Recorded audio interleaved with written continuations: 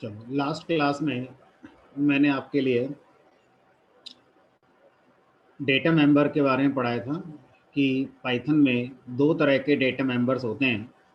एक हमारा instance data member होता है और एक हमारा क्लास डेटा मेंबर होता है। इंस्टेंस डेटा मेंबर ऑब्जेक्ट के एट्रीब्यूट को या ऑब्जेक्ट की प्रॉपर्टी को रिप्रेजेंट करता है। एग्जाम्पल मैंने लिया था बैंक वाला। तो किसी बैंक में बहुत सारे अगर अकाउंट्स ओपन करे जाएं और हर अकाउंट को एक ऑब्जेक्ट कंसीडर किया जाए, तो हर अकाउंट के लिए मुझे अकाउंट नंबर की ज़रूरत पड़ेगी, हर अकाउंट में मुझे बैलेंस की ज़रूरत पड़ेगी।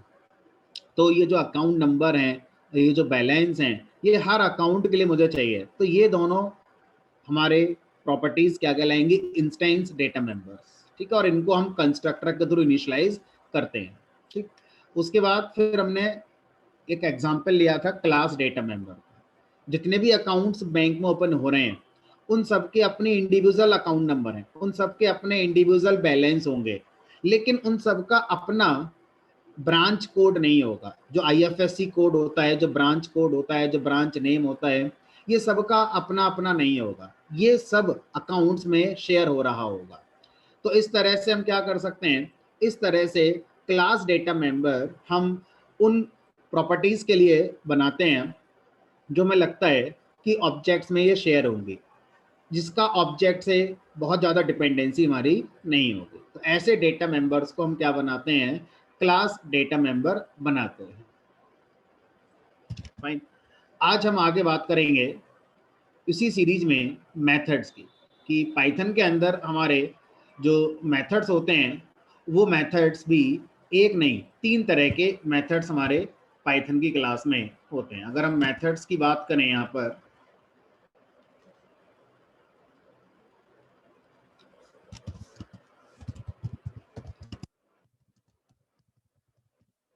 तो पाइथन के अंदर मेथड्स एक होता है हमारा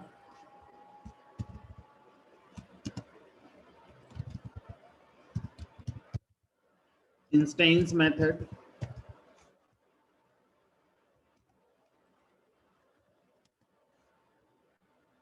इसी तरह से एक होता है हमारा क्लास मेथड, और एक होता है हमारा स्टैटिक मेथड।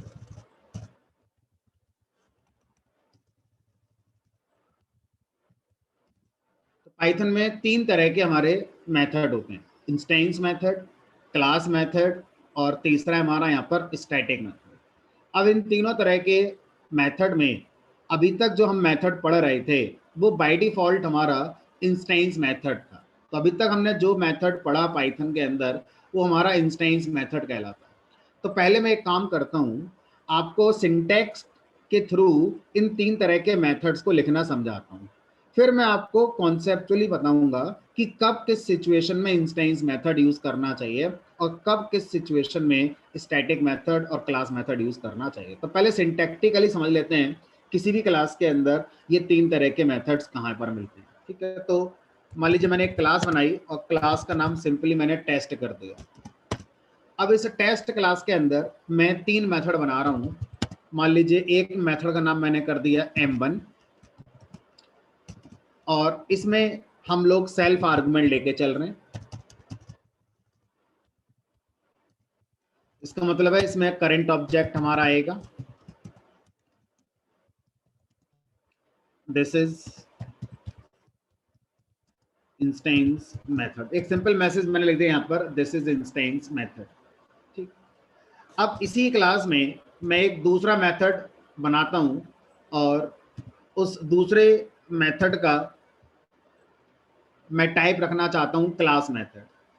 तो वो क्लास मेथड बनाने के लिए मैंने क्या करा, एक मेथड बनाया, लेट अस सपोज उसका नाम मैंने m2 कर दिया। अब ये जो क्लास मेथड आप बनाते हैं, तो इसमें आपको एक डेकोरेटर का यूज करना होता है। बाय डिफॉल्ट जो भी मेथड आप बना रहे हैं, वो आपका इंस्टेंस मेथड आपका बन रहा है। अगर आप किसी भी मेथड को क्लास मेथड बनाना चाहते हैं, तो एक डेकोरेटर आपको यूज करना होगा, और उस डेकोरेटर का नाम है क्लास मेथड। हम क्या करेंगे, हम यहाँ पर इस M2 मेथड को क्लास मेथड बनाना चाहते हैं, लिखेंगे क्लास मेथड। ठीक है, तो अब ये जो मेथड बनेगा ये मेरा क्लास मेथड बन जाएगा। तो जिस तरह से इंस्टेंस मेथड में हमारा जो करंट ऑब्जेक्ट होता है वो सेल्फ आर्गुमेंट में आता है, उसी तरह से क्लास मेथड में जो हमारी क्लास होती है इसका रेफरेंस एज आर्गुमेंट आता है। तो मैं इसको एक वेरिएबल में रिसीव करूंगा, तो कन्वेंशनली वो वेरिएबल का नाम प्रोग्रामर CLS प्रेफर करते हैं। तो CLS कोई एक स्टैंडर्ड, हमारा स्टैंडर्ड कह सकते हैं, बट सिंटैक्स का पार्ट नहीं है कि CLS लगाना है। थिंग इज कि जब ये मेथड कॉल किया जाएगा तो जिस क्लास का ये मेथड है उस क्लास का रेफरेंस इस वेरिएबल में आएगा। तो अभी हमने सिंपली एक मैसेज प्रिंट करा दिया, दिस इज क्लास मेथड। अब मान लीजिए इसी प्रोग्राम में मुझे एक और मेथड बनाना है और उस मेथड का नाम मैं रखना चाहता हूँ स्टैटिक मेथड, उसको मैं स्टैटिक मेथड की तरह यूज करना चाहता हूँ। तो स्टैटिक मेथड बनाने के पाइथन में दो तरीके होते हैं। पहला तरीका यह है कि आप डेकोरेटर का यूज करके बना सकते हैं, और दूसरा तरीका यह है कि आप बिना डेकोरेटर के भी बना सकते हैं। कैसे बनाएंगे वो देखते हैं। तो यहाँ पर मैंने एक मेथड बनाया और इसका नाम कर दिया M3, और इस मेथड के ऊपर मैंने एक डेकोरेटर लगा दिया जिसका नाम है स्टैटिक मेथड डेकोरेटर। तो बहुत सी प्रोग्रामिंग लैंग्वेजेस, जावा, C++, .NET, अगर मैं इनका एग्जांपल लूँ तो वहां पर क्लास मेथड और स्टैटिक मेथड एक ही बात होती है ना। यहाँ पर ये अलग अलग बात है। वेरिएबल के कॉन्टेक्स्ट में देखूं तो क्लास वेरिएबल, स्टैटिक वेरिएबल एक ही बात है। ठीक है, तो यहाँ पर कोई भी इम्प्लिसिट पैरामीटर आपको नहीं बनाना स्टैटिक मेथड के लिए, है ना। ये आपकी जरूरत है तो आप बनाइएगा, बट पाइथन की तरफ से इसमें कुछ भी पास करा नहीं जाएगा। तो यहाँ बना दिया मैंने, दिस इज स्टैटिक मेथड। अब स्टैटिक मेथड को बनाने के लिए पाइथन में एक और सिंटैक्स है जो यूज किया जाता है। वो क्या है कि कोई भी मेथड जो आप बनाएंगे वो बाय डिफॉल्ट स्टैटिक मेथड ही माना जाएगा, आपको कुछ भी करने की जरूरत नहीं है। तो आप अपना मेथड बनाइए, मान लीजिए M4 नाम का बना दिया, और इस पर कोई भी डेकोरेटर नहीं लगाना, कोई आर्गुमेंट नहीं देना। तो जब आप ऐसा करते हैं तो बाय डिफॉल्ट ये मेथड भी स्टैटिक मेथड ही तैयार होता है। This is also static method. ठीक है, तो यहाँ पर हमने क्या करा, यहाँ पर हमने एक क्लास बनाई है और उस क्लास के अंदर मैंने 4 तरह के मेथड बनाए हैं। तो इस मेथड के आगे मैं लिख सकता हूँ, और यहाँ लिख दिया ये मेरा इंस्टेंस मेथड है, ये जो मेथड है ये मेरा क्लास मेथड कहलाएगा। तो अभी मैं आपको सिंटैक्स में सिखा रहा हूँ कहाँ कब कौन सा यूज करना चाहिए। एक प्रोग्राम और बनाएंगे अभी, उसमें वो पॉइंट डिस्कस करेंगे। ये मेरा स्टैटिक मेथड हो गया और ये भी मेरा स्टैटिक मेथड। तो सिंटैक्टिकली मुझे क्लास बनानी आ गई, और क्लास के अंदर मुझे स्टैटिक मेथड बनाना, क्लास मेथड बनाना, और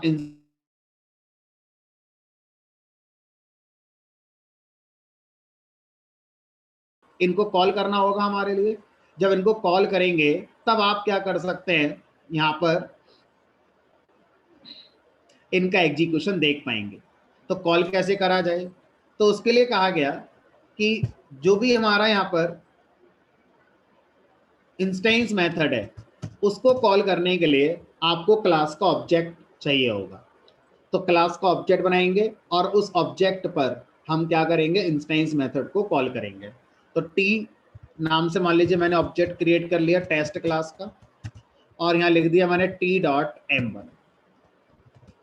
तो इस तरीके से हम इंस्टेंस मेथड को एग्जीक्यूट कराएंगे, और ये जो ऑब्जेक्ट है टी, ये मेरा सेल्फ के अंदर आपका आ जाएगा। ठीक है, अब इसको रन कराएंगे तो रन हो ही जाएगा, इंस्टेंस मेथड चल गया। अब मान लीजिए मुझे क्या करना है, मुझे क्लास मेथड को एग्जीक्यूट करना है। तो क्लास मेथड को एग्जीक्यूट करने के लिए आप क्लास का नेम यूज कर सकते हैं, या जो ऑब्जेक्ट का नेम है आप ऑब्जेक्ट का नेम भी इस्तेमाल कर सकते हैं। तो क्लास मेथड दोनों तरह से चलाया जा सकता है, क्लास के नेम से भी चलाया जा सकता है और ऑब्जेक्ट के नेम से भी चलाया जा सकता है। तो इसका प्लस पॉइंट यही है कि ये क्लास के नेम से चलाया जा सकता है। जनरली हम इसे क्लास के नेम से कॉल करेंगे, क्लास का नेम डॉट उस क्लास का जो स्टैटिक मेथड है वो आप यूज करिए। मान लीजिए M2 नाम से मेरे प्रोग्राम के अंदर। अब ये जो M2 नाम का मेथड है ये क्लास मेथड है, तो इस क्लास का जो रेफरेंस है वो यहाँ पे पास होगा, यानी कि टेस्ट क्लास का नाम एज इट इज यहाँ पास हो जाएगा। और ये जो CLS वेरिएबल है, ये CLS वेरिएबल हमारा इस टेस्ट क्लास का रेफरेंस स्टोर कर रहा होगा।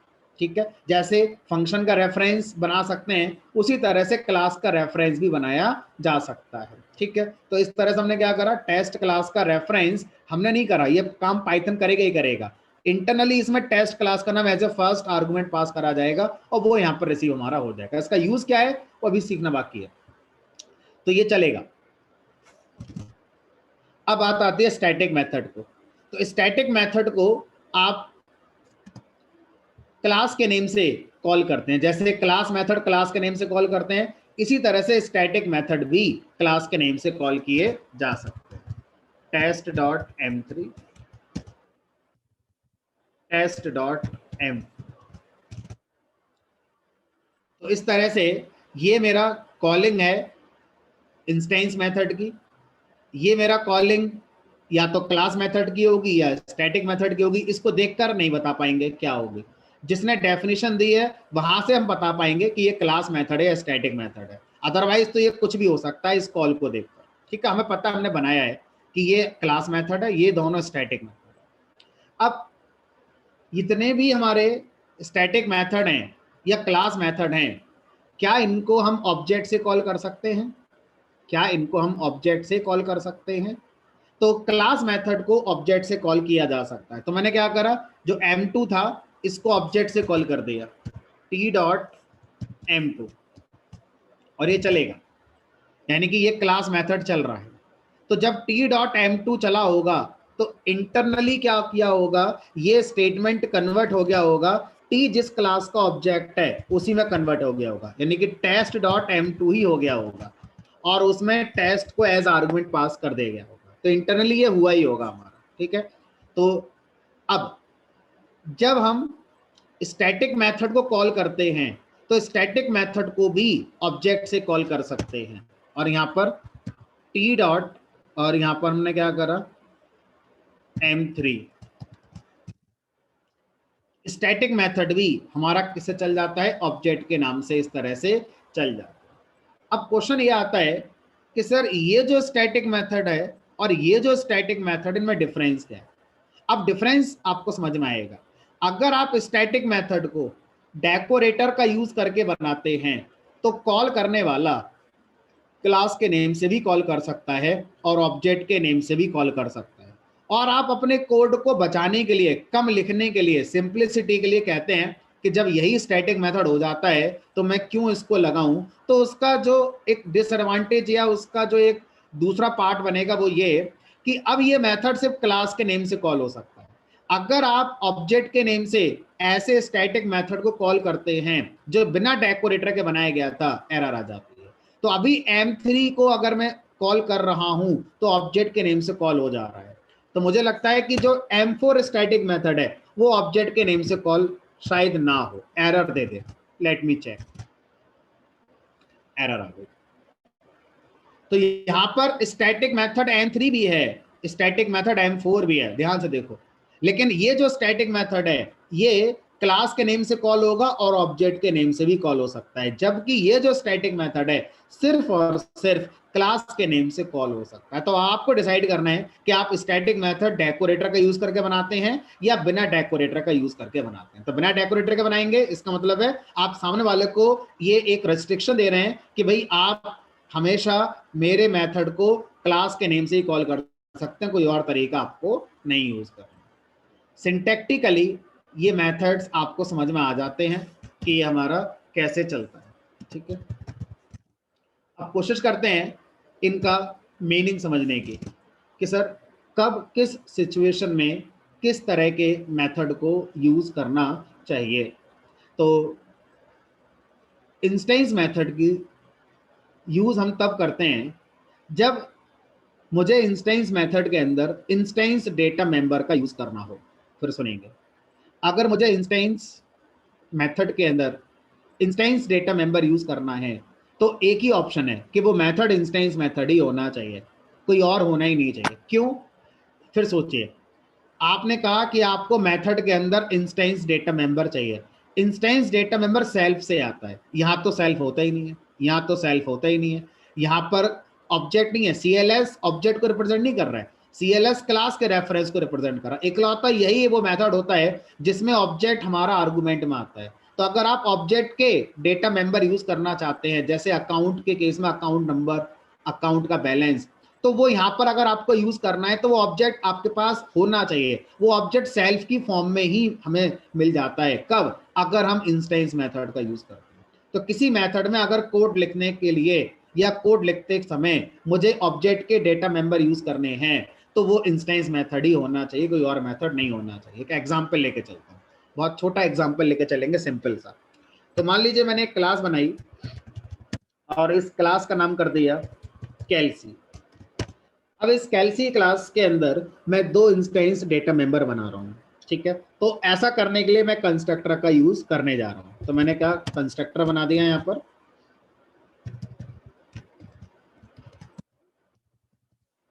और इस कंस्ट्रक्टर के थ्रू मैंने दो पैरामीटर की वैल्यू को रिसीव करा। अब जो भी ऑब्जेक्ट बनेगा उस ऑब्जेक्ट में मैं एक्स नाम का डेटा मेंबर ऐड करने जा रहा हूँ। तो मैं कैसे लिखूंगा, सेल्फ डॉट एक्स। अब जो भी ऑब्जेक्ट बनेगा उसमें एक्स नाम का डेटा मेंबर ऐड हो गया। अब उसकी इनिशियल वैल्यू क्या होगी? उसकी इनिशियल वैल्यू जो ए पैरामीटर की वैल्यू आएगी वो हो जाएगी, ठीक। उसके बाद हमने क्या करा, जो भी ऑब्जेक्ट बनने आ रहा है अभी कंस्ट्रक्टर जिस पे चल रहा है उसके अंदर एक और डेटा मेंबर ऐड कर दिया मैंने वाई नाम का। अब वाई की इनिशियल वैल्यू क्या होगी? जो बी पैरामीटर में आएगी, ठीक है। तो ज्यादातर प्रोग्रामर इसको भी एक्स और वाई लिखना पसंद करते हैं, मतलब इसको भी एक्स लिख देते हैं और यहाँ पर एक्स लिख देते हैं, कंफ्यूज नहीं होना है। ये एक्स पैरामीटर है, लोकल है, इस कंस्ट्रक्टर तक होगा। सेल्फ के साथ जो एक्स आ रहा है वो ऑब्जेक्ट का डेटा मेंबर हो गया। तो कंफ्यूजन ना हो मैंने इसलिए इसको यहाँ पर ए और बी रख दिया। ये मेरा कंस्ट्रक्टर बन गया। ये कंस्ट्रक्टर जब चलेगा तो जिस ऑब्जेक्ट के लिए ये कंस्ट्रक्टर चलेगा उस ऑब्जेक्ट के अंदर दो डेटा मेंबर इनिशियलाइज कर देगा, एक्स और वाई नाम के, जिनकी इनिशियल वैल्यू वो हो जाएगी जो ए और बी पैरामीटर में आई होगी, ठीक है। तो अब यहां पर हम क्या करेंगे, अब मैं इस क्लास के अंदर एक मेथड बनाने जा रहा हूं। मुझे नहीं पता कि वो इंस्टेंस मेथड बनेगा, क्लास मेथड बनेगा या स्टैटिक मेथड बनेगा, लेकिन मेरी रिक्वायरमेंट क्या है वो मुझे पता है। मेरी रिक्वायरमेंट ये है कि जो मेथड मैं बनाने जा रहा हूं वो जो ऑब्जेक्ट के डेटा मेंबर एक्स और वाई हैं उनका इस्तेमाल करेगा। फिर सुनिए, मुझे कैल्सी क्लास में एक मेथड बनाना है, मुझे नहीं पता वो स्टैटिक बनेगा, इंस्टेंस बनेगा, क्लास बनेगा, लेकिन मेरी रिक्वायरमेंट क्या है वो मुझे पता है। मेरी रिक्वायरमेंट है कि मुझे उस मेथड के अंदर जो ऑब्जेक्ट के डेटा मेंबर एक्स और वाई हैं उनका यूज करना है। तो अब मेरे पास एक ही ऑप्शन बचता है, इकलौता ऑप्शन बचता है इंस्टेंस मेथड, दूसरा कोई ऑप्शन बचता ही नहीं है। तो अब मैं इंस्टेंस मेथड लिखने जा रहा हूँ। अब मान लीजिए उसका नाम मैंने कर दिया यहाँ पर ऐड, किसी भी नाम से बना। अब इस ऐड मेथड में एक्स और वाई कैसे आएगा, क्योंकि एक्स और वाई तो ऑब्जेक्ट का डेटा मेंबर है। तो जो भी ऑब्जेक्ट ऐड मेथड को कॉल करेगा वो खुद आएगा सेल्फ के अंदर, और उसी ऑब्जेक्ट के अंदर एक्स और वाई जो भी है उन्हीं का मुझे एडिशन करना है। तो जस्ट मैंने यहाँ पर प्रिंट कर दिया self dot x plus self dot y, ठीक है। तो इस तरह से हमने क्या करा, इस तरह से ये हमारा मेथड बनकर तैयार हो गया। मुझे क्या करना है, एक मेथड और बनाना है जो ऑब्जेक्ट के डेटा मेंबर में जो एक्स और वाई की वैल्यू है उनका मल्टीप्लाई करेगा। ऑब्जेक्ट के डेटा मेंबर में जो एक्स और वाई की वैल्यू है उनका मल्टीप्लाई करेगा, यानी कि फिर से आपको ऑब्जेक्ट के डेटा मेंबर यूज करने हैं। तो इंस्टेंस मेथड ही सॉल्यूशन है। मल्टीप्लाई नाम से मेथड बना दिया, सेल्फ इसमें आर्गुमेंट आ गया, और यहाँ पर मैंने प्रिंट कर दिया self dot x multiply y self dot y. अब मैंने क्या करा, यहाँ पर मैंने अपनी क्लास के ऑब्जेक्ट बनाने शुरू करे। तो मैंने अपनी क्लास का एक ऑब्जेक्ट बनाया, मान लीजिए C1 नाम से। ध्यान से समझिएगा बहुत, है ना। C1 ऑब्जेक्ट बनाया और कैल्सी क्लास का ऑब्जेक्ट बनाया, और इस C1 के अंदर x और y डेटा मेंबर जो आएंगे उनकी वैल्यू मैंने इनिशियलाइज कर दी, मान लीजिए 2, 3। तो आप पिक्चर में इसको ऐसे समझ सकते हैं कि आपका एक ऑब्जेक्ट बनकर तैयार हो रहा है कैल्सी क्लास का, जिसके अंदर x डेटा मेंबर आ गया और x डेटा मेंबर की वैल्यू 2 है, और y डेटा मेंबर आ गया, इस y डेटा मेंबर की वैल्यू 3 है, और ये जो ऑब्जेक्ट है ये C1 से रेफर हो रहा है। ठीक है, इस तरह से आप समझ सकते। उसके बाद मैंने क्या करा, एक दूसरा ऑब्जेक्ट बनाया C2 कैल्सी क्लास का, और यहाँ पर मैंने कर दिया मान लीजिए 10, 20। तो इसका इमेजिनेशन पिक्चराइजेशन आप ऐसे करेंगे कि एक ऑब्जेक्ट और बनकर तैयार हुआ, और इस ऑब्जेक्ट के अंदर भी x और y नाम के डेटा मेंबर आए, और इनकी इनिशियल वैल्यू जो आई हमारी x और y की, ये हमारा 10 और 20 आ गई। ये आ गया 10 और ये आ गया 20, और ये C2 हमारा रेफर हो रहा है। अब मुझे क्या करना है, C1 के अंदर जो डेटा मेंबर्स हैं x और y, इनका मुझे एडिशन करके प्रिंट करना है। तो मैं क्या करूंगा, मैं यहाँ पर C1 पर मेथड कॉल करूंगा ऐड। तो जब मैं C1 पर ऐड मेथड कॉल करूंगा तो इंटरनली C1 खुद एज आर्गुमेंट चला जाएगा, फर्स्ट आर्गुमेंट सेल्फ में हमारा। तो अब C1 का x प्लस C1 का y 2 + 3 आउटपुट आ जाएगा 5।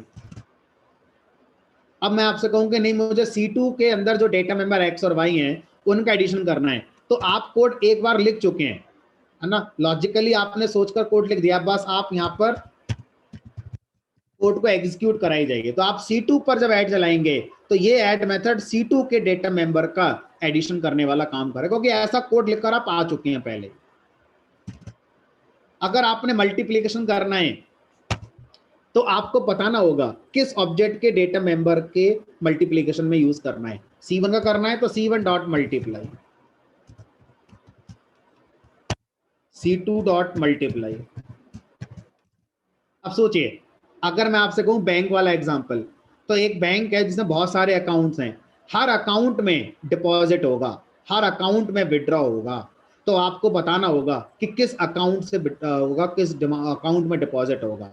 तो जिस ऑब्जेक्ट पर, जिस अकाउंट ऑब्जेक्ट पर आप विड्रॉ डिपॉजिट कॉल करेंगे, वो मेथड उसी ऑब्जेक्ट के जो डेटा मेंबर हैं, बैलेंस, अकाउंट नंबर या जो भी डेटा मेंबर हैं, उनके साथ अपना ऑपरेशन परफॉर्म कर देगा। तो ये एग्जांपल हो गया जिसमें हम इंस्टेंस मेथड के यूज को समझ पा रहे हैं। अब यही प्रोग्राम मैं दोबारा बनाता हूं, और इस बार मैंने क्लास बनाई कैल्सी। इस बार मेरे पास इंस्टेंस डेटा मेंबर का कोई कॉन्सेप्ट नहीं है। क्यों नहीं है भाई? क्योंकि मैं जो डेटा मेंबर बनाने जा रहा हूं वो ऑब्जेक्ट के लिए नहीं बनाने जा रहा हूं। मेरे ब्रेन में ऑब्जेक्ट का कॉन्सेप्ट अभी नहीं है। तो मेरे ब्रेन में क्लास बनानी है, लेकिन मैं अभी ये नहीं सोच पा रहा हूं कि इस क्लास के ऑब्जेक्ट होंगे नहीं होंगे। तो अभी मैं ऑब्जेक्ट के डेटा मेंबर के बारे में सोच ही नहीं रहा हूं, लेकिन मैं क्लास के डेटा मेंबर के बारे में सोच रहा हूं। तो मैंने क्या करा, इस कैल्सी क्लास के अंदर कुछ डेटा मेंबर्स लिख दिए। ठीक है, डायरेक्टली लिख देंगे x = 10 और y = 20। तो मैंने इस तरह से x और y नाम के दो डेटा मेंबर यहाँ पर इनिशियलाइज कर दिया। ध्यान रखना कि जब ये डेटा मेंबर आएंगे तो ये क्लास डेटा मेंबर होगा। तो जब भी क्लास के ब्लॉक में डायरेक्टली आप कोई डेटा मेंबर इनिशियलाइज करते हैं तो वो क्या बन जाता है, क्लास डेटा मेंबर हमारे बन जाते हैं। अब क्या चाहते हो, अब हम ये चाहते हैं कि मैं अपनी क्लास में एक मेथड बनाऊंगा। वो मेथड क्या करेगा, जो मेरे क्लास के डेटा मेंबर हैं उनका एडिशन करेगा। तो अब आपको ये नहीं पता कि कौन सा मेथड बनाना है, लेकिन आपको रिक्वायरमेंट पता है कि मुझे एक ऐसा मेथड बनाना है जो क्लास के डेटा मेंबर पे काम करेगा। ठीक है, तो क्लास के डेटा मेंबर पे काम करने के लिए आपके पास क्लास मेथड ऑप्शन होता है। तो आप क्लास मेथड का यूज करके इस काम को कर सकते हैं। कैसे करेंगे, एक मेथड बनाया, इसका नाम ऐड कर दिया, और इस ऐड मेथड में डेकोरेटर लगा दिया, क्लास मेथड, और इस मेथड के अंदर CLS नाम का आर्गुमेंट आया। अभी इसका यूज मैं आपको बताऊंगा कैसे होता है ना, या तो इसी प्रोग्राम में आ जाएगा या अगले प्रोग्राम में आ जाएगा। अब मुझे क्या करना है, मुझे क्लास डेटा मेंबर का यूज करना है। तो मैंने आपको लास्ट क्लास में सिखाया था कि क्लास डेटा मेंबर को हम अपने प्रोग्राम में ऑब्जेक्ट के नेम से एक्सेस कर सकते हैं और क्लास के नेम से भी एक्सेस कर सकते हैं। और अगर बदलना होता है क्लास डेटा मेंबर की वैल्यू को अपडेट करना होता है तो सिर्फ क्लास के नेम से यूज करके ही अपडेट कर सकते हैं। ऑब्जेक्ट के नेम से करेंगे तो वो नया बन जाएगा ऑब्जेक्ट के अंदर। तो अभी हमारा जो कॉन्सेप्ट चल रहा है इसमें ऑब्जेक्ट की बात नहीं हो रही है।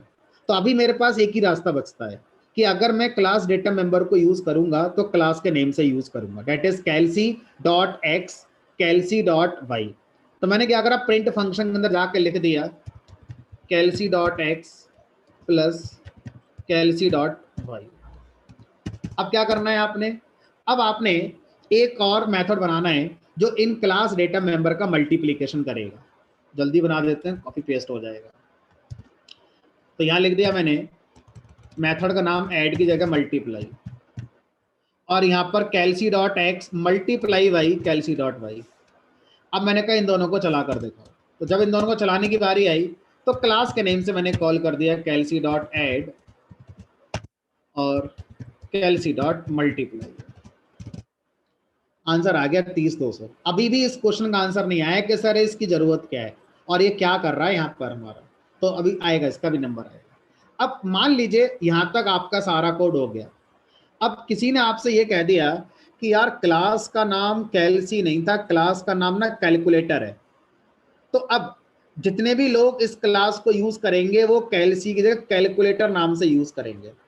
तो जिस प्रोग्रामर ने, अब देखो इस कोड को दो हिस्से में तोड़ रहा हूं, एक वो हिस्सा है जिसने, एक वो प्रोग्रामर है जिसने ये कोड लिखा है, और ये वो प्रोग्रामर है जो फिर इसको यूज करेगा। तो इसके बारे में अभी हम नहीं सोच रहे, अभी हम इसके बारे में सोच रहे हैं कि जिसने ये वाला कोड लिखा था, अब उससे ये कहा जा रहा है कि भाई क्लास का नाम ना बाई मिस्टेक कैलसी लिख गया है, उसका नाम ना कैलकुलेटर था। तो अब देखो इसके अंदर फ्रस्ट्रेशन कैसे आती है, ये कैसे चढ़ जाएगा। यहां पे लिखेगा कैलकुलेटर, हो गया काम। हमने कहा नहीं हो गया, यहां भी तो चेंज करना पड़ेगा, क्योंकि क्लास डेटा मेंबर को कैसे यूज करते हैं, क्लास के नेम से यूज करते हैं। तो जहां जहां पर इसमें कैलसी लगा रखा था वहां वहां पर क्या लगाना पड़ेगा, कैलकुलेटर। इस फ्रस्ट्रेशन को बचाने के लिए, इस प्रॉब्लम को सॉल्व करने के लिए, ये जो CLS नाम का आर्गुमेंट है ये कह रहा है कि जो भी आपकी क्लास का नेम होगा उसका रेफरेंस मेरे अंदर आ जाता है। आप क्लास का नाम कैलकुलेटर है, कैलसी है, XYZ है, हाथी घोड़ा कुछ भी है, वो यहां पर आपका आ जाएगा। तो आप अपने कोड में जब भी क्लास मेथड के अंदर आए तो कभी भी सीधे क्लास का नाम यूज ना करके CLS नाम का जो आर्गुमेंट है वो यूज करें। तो यहां पर हमने क्या कर दिया, CLS आर्गुमेंट को यूज करो। इसका फायदा वही जो आपने अभी समझा कि अगर मैं क्लास का नाम चेंज कर दूंगा, यहां पर मैं क्लास का नाम कुछ भी कर दूं फर्क नहीं पड़ता, क्योंकि इस वेरिएबल में यही क्लास का नाम कॉपी हो जाएगा, इस वेरिएबल में यही क्लास का नाम कॉपी हो जाएगा। तो बस आपको बस एक जगह चेंज करना होगा, बाकी जितने क्लास मेथड है वो अभी भी क्लास डेटा मेंबर को एज इट इज रेफर कर पा रहे होंगे। इसलिए हाईली रिकमेंडेड वे यही होता है कि भले ही आपका क्लास डेटा मेंबर क्लास के नेम से एक्सेस होते हैं, लेकिन जब बात ये आए कि वो डेटा मेंबर क्लास मेथड के अंदर यूज होने हैं, CLS प्रॉपर्टी का यूज करिए, CLS नाम के पैरामीटर का यूज करिए। ठीक है, तो इस तरह से आउटपुट आपका भी वही आएगा जो इससे पहले हमारा आ रहा था। तो ये हो गया मेरा क्लास मेथड वाली। अब आता है स्टैटिक मेथड का यूज कहाँ करना है। तो यही कोड मैं फिर से बनाता हूँ, क्लास का नाम कैलसी कर दिया। क्या चाहते हो, मैं इस क्लास के अंदर एक मेथड बनाना चाहता हूं जो इंडिपेंडेंट रखना चाहता हूं इस क्लास के किसी भी तरह के डेटा मेंबर से। फिर सुनिए, मैं एक क्लास बना रहा हूं, इस क्लास के अंदर मैं एक मेथड बनाने जा रहा हूं।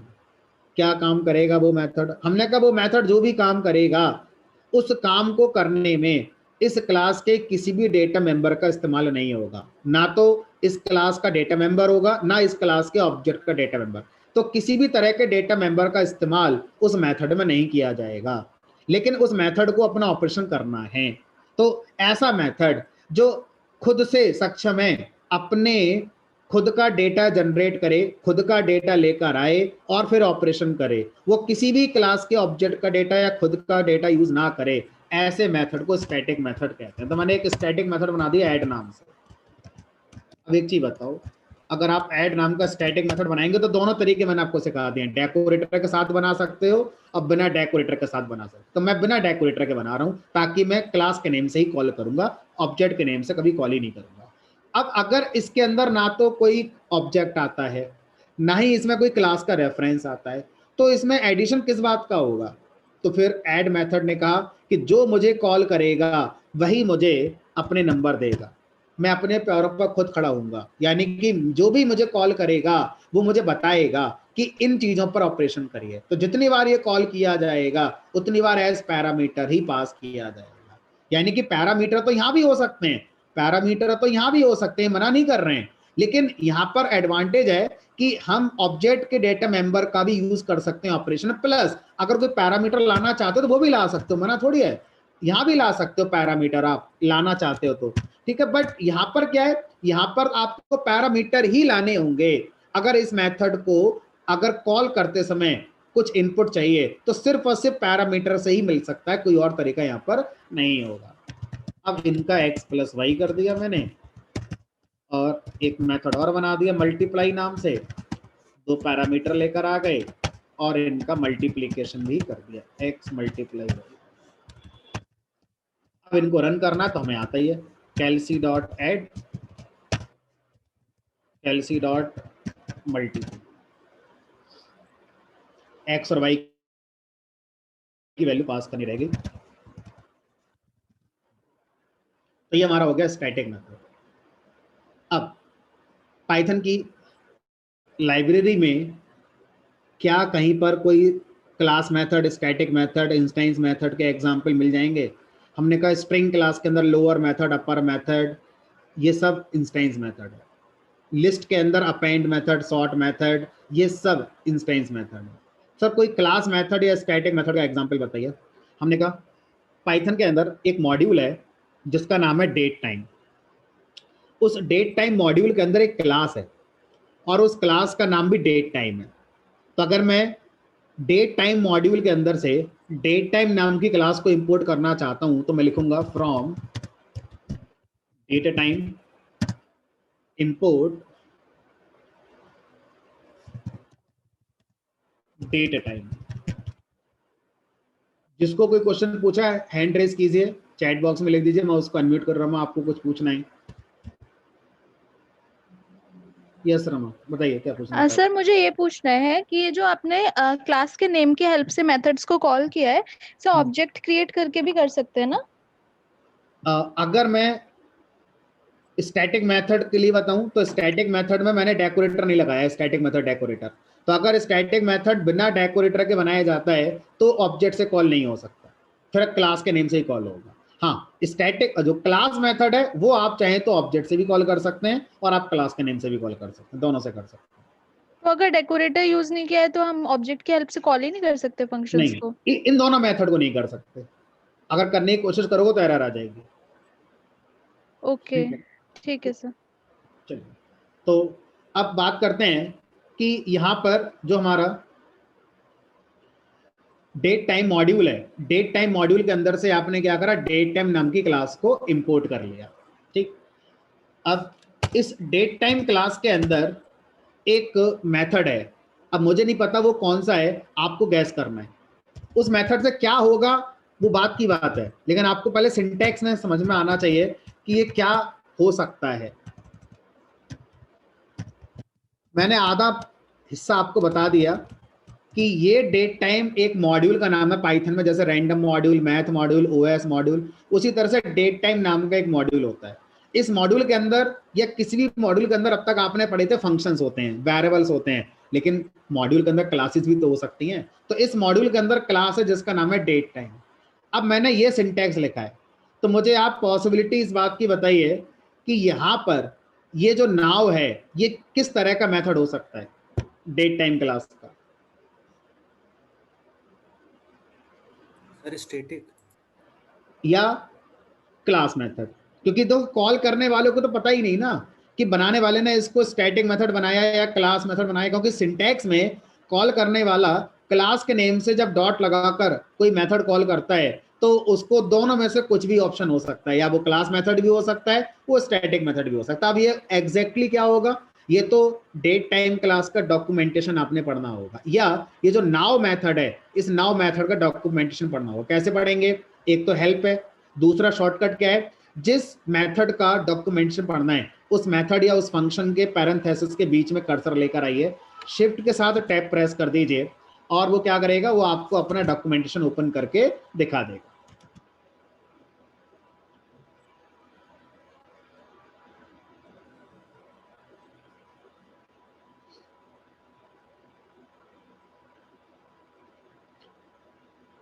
यहां पर कोई स्पेसिफिक बात लिखी नहीं है, तो एक काम करते हैं, यहां पर हेल्प में डेट टाइम क्लास को पास कर देते हैं। अब डेट टाइम क्लास के अंदर मेथड्स की बात हो रही है, और अभी जो मैंने नाउ लिखा है उसको देखते हैं। क्लास मेथड की सीरीज में कहीं नाउ ये है, तो यहां पर समझ में आया कि ये क्लास मेथड, ठीक है। चलिए, इसके अंदर कुछ स्टैटिक मेथड भी है, ये जैसे स्टैटिक मेथड हो गया। चलो, तो इस तरह से जो मेथड्स के हमारे टाइप होते हैं किसी भी क्लास के अंदर, ये हमारी समझ में आ जाते हैं कि कैसे किसी भी क्लास के अंदर हम मेथड्स को बना सकते हैं डिपेंडिंग ऑन द रिक्वायरमेंट, कि हमारी रिक्वायरमेंट क्या है, ठीक है। चलिए, तो हम स्टैटिक मेथड को बहुत से ऑथर्स ने यूटिलिटी मेथड के नाम से भी जाना हुआ है। यूटिलिटी मेथड क्या होते हैं? जो इंडिपेंडेंट वे में किसी भी ऑपरेशन को परफॉर्म कर सकते हैं। जिस क्लास के वो मेथड है उस क्लास के डेटा मेंबर का वो यूज नहीं करते, इंडिपेंडेंटली ऑपरेशन को परफॉर्म करते हैं, ऐसे मेथड्स को यूटिलिटी मेथड्स भी कहते हैं। तो कभी कभी इंटरव्यू के अंदर पूछ लिया जाता है कि पाइथन में यूटिलिटी मेथड्स क्या होते हैं। कुछ नहीं होता है, वो स्टैटिक मेथड की बात ही करना चाह रहा है। तो किसी भी क्लास के स्टैटिक मेथड को कुछ ऑथर्स यूटिलिटी मेथड के नाम से जानते हैं। उपयोगी मेथड, यूटिलिटी मतलब होता है उपयोगी। अगर इसको हम साइंस में लेके जाएं तो इसका मतलब हो गया ऐसा मेथड जो इंडिपेंडेंटली फंक्शनलिटी परफॉर्म करता है और जिस क्लास में वो डिफाइन है उस क्लास का वो कोई डेटा मेंबर यूज नहीं कर रहा है। तो ऐसे मेथड को हम क्या कहते हैं? स्टैटिक मेथड या यूटिलिटी मेथड के नाम से जानते हैं। अब क्या क्लास के अंदर हम डायरेक्टली कोई लॉजिक लिख सकते हैं? क्योंकि अभी तक जो हमने ऑब्जर्व किया, जो हमने सीखा वो ये कि पहले आप एक क्लास बनाते हैं, क्लास के अंदर एक मेथड बनाते हैं, चाहे स्टैटिक बना लो, चाहे क्लास बना लो, चाहे इंस्टेंस बना लो, और उसके अंदर फिर अपना कोड लिख कर आते हैं। मैं ऐसा नहीं कर सकता, मैंने एक क्लास बनाई, क्लास का नाम टेस्ट कर दिया, क्या मैं सीधे सीधे क्लास में प्रिंट कर सकता हूँ ऐसे करके? प्रिंट है, क्लास बनाई, क्लास के अंदर मैंने कुछ प्रिंट कर दिया ऐसे करके। तो ये पाइथन के अंदर अलाउड है, आप ऐसा कर सकते हैं, बट ऐसा जावा में अलाउड नहीं है कि आप ऐसा कर पाए। क्लास के अंदर आप डायरेक्ट कोई प्रिंटेबल स्टेटमेंट, कोई इफ कंडीशन, कोई फॉर लूप नहीं लिख सकते जावा में, बट पाइथन के अंदर क्लास के अंदर डायरेक्टली आप सब कुछ लिख सकते हैं। अगर लिख दोगे तब भी सही है, कोई दिक्कत नहीं है। तो यूजर से इनपुट लेकर अगर मुझे कोई नंबर चेक करना हो, इवन ऑड क्या, तो हमने वो भी लिख सकते हैं।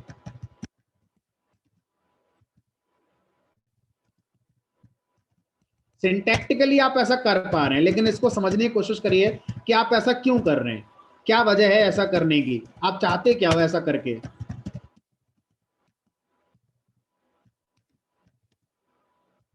पहले लिख लेते हैं, उसके बाद इन क्वेश्चन के आंसर की बात करेंगे कि क्या चाहते हैं ऐसा करके।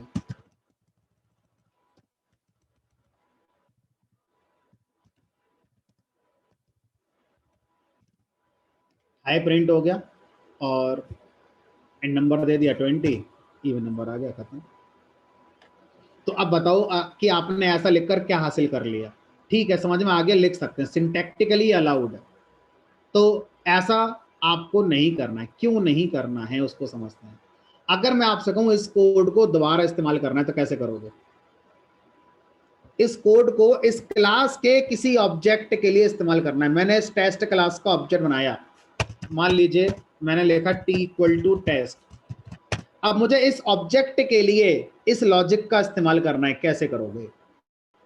मैं इस लॉजिक को क्लास के नेम से दोबारा कॉल करना चाहता हूं, कैसे करोगे?